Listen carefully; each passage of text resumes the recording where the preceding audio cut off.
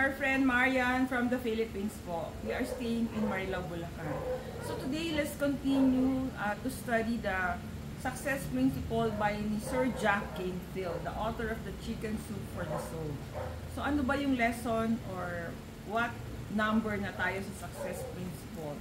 We're at principle number 53. So ano ba yung principle number 53? Practice uncommon appreciation. Sabi ni Mother Teresa, the famous nun ng charity, diba? The Society of Charity ba yan in India.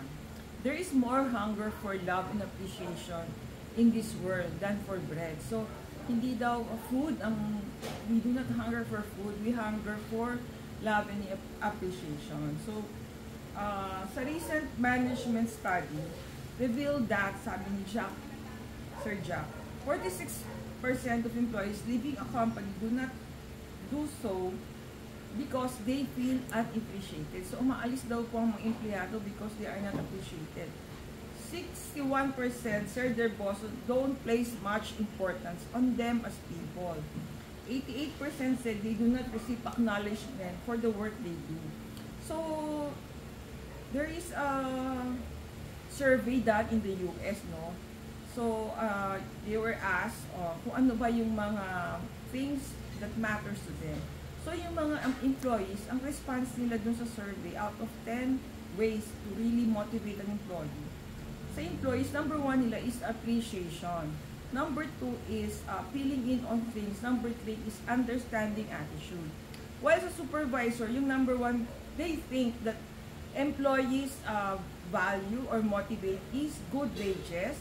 Number 2 is security. Number 3 is promotion opportunities. Well, these are important, pero sa supervisors, number 8, ang appreciation. Number 9, ang understanding attitude. And number 10, yung feeling notice. So, baliktad, di ba?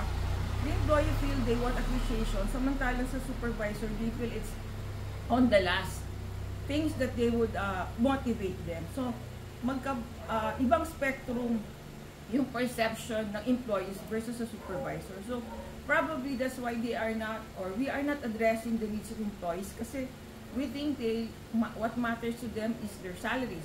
While they feel naman pala, they want us to appreciate them. So, magkabaliktad po, di ba? So, parang yun, Sir Jack Canfield is telling us that yung appreciation is important for our people.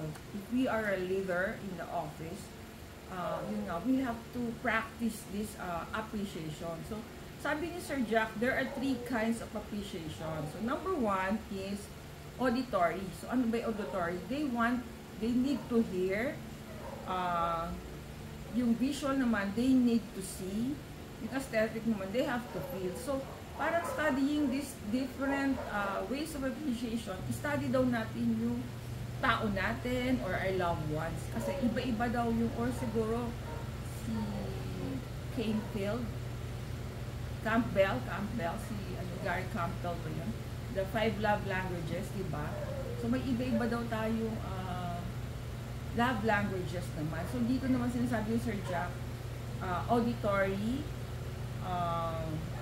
visual, and kinesthetic. So auditory people, they want to hear kung ano yung appreciation. So verbal, diba? We have to tell them they did a good job, na we appreciate their contribution sa team natin. They did well sa kanilang project. So the visual naman, they need gifts or siguro note or anything that is visual, that or siguro a plaque of appreciation or recognition. So yung kinesthetics naman, they need touch, siguro a pat on the shoulder or a hug, or sa loved ones natin, a kiss, no? So different people have different strokes. So sabi ni Sir Jack, if we are not sure, then let's try to use all the 3 para ma-hit natin. So actually the best way to know this is to ask the person, ano ba yung na-appreciate niya sa different ways of recognizing sila, diba? So ask. Yan din yung natutuhan natin dati sa our retail management training with Allied Domex USA. When we were still with Dunkin' Donuts, no?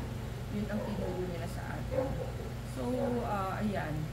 We have to know yung, sabi nga, the weakness or the quality of our people.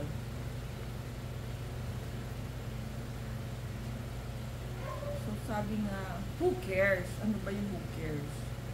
Why who cares, no?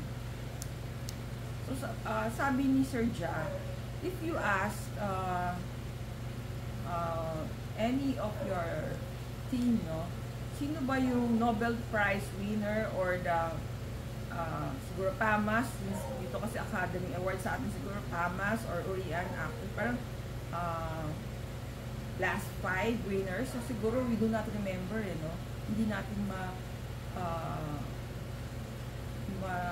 remember who are these people, yung mga Nobel Prize. Alam natin, si ganito is a Nobel Prize winner, pero yung 5 people, siguro we can name a few, 1, 2, or 3, no, na Nobel Prize yung mga famous, but it will be hard for us to recall them.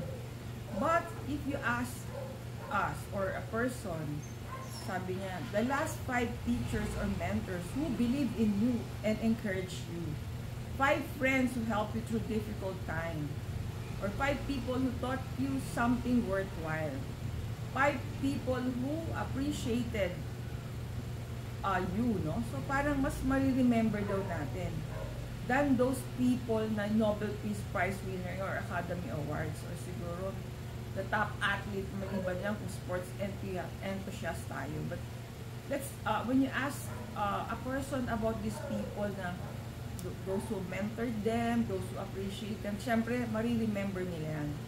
So, appreciation is a secret of success. So, kasi when we encourage our people, they are motivated to do better, to do more, to do their best. So, yeah, appreciation is very important, di ba?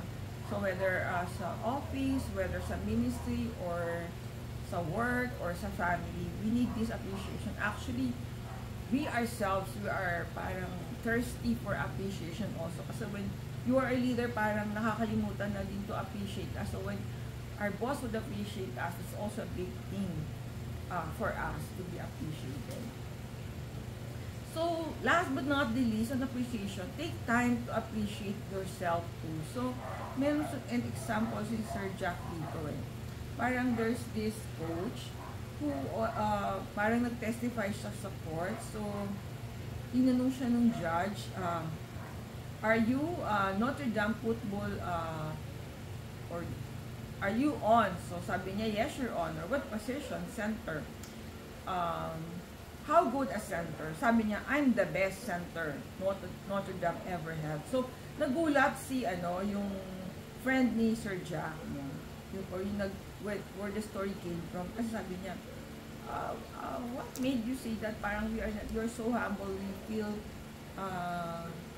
hindi ka ganun na so believe in yourself. Sabi niya, I hate to do it, coach, but after all, I was under oath. So parang under oath, you have to tell the truth. So he believes on himself though. So take time to appreciate ourselves. Take time to appreciate our competence, our integrity, no? Kasi it matters to us na ma-appreciate din. Kung hindi tayo na-appreciate ng iba, let's appreciate ourselves, diba? Stay safe everyone. God bless you all. Thank you for watching. See you